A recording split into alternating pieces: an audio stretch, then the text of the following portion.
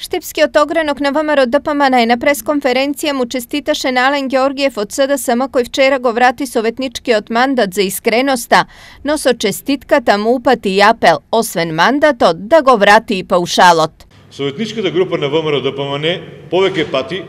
укажа дека кај советникот од СДС и член на Советот на општина Штип, а воедно и веде директор на клиничката болница во Штип, господинот Ален Георгиев, постои судирни интереси. Господинот Ален Георгиев вчера преку средствата за јавно информирање јавно призна дека во неговиот случај постои судирни интереси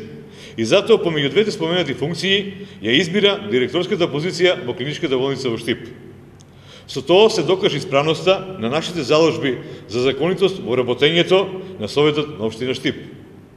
На господинот Ален Георгиев му честитаме на искреноста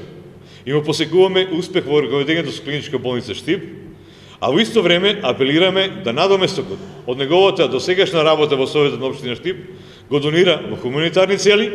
по примерот на некои други советници со сличен статус како неговиот.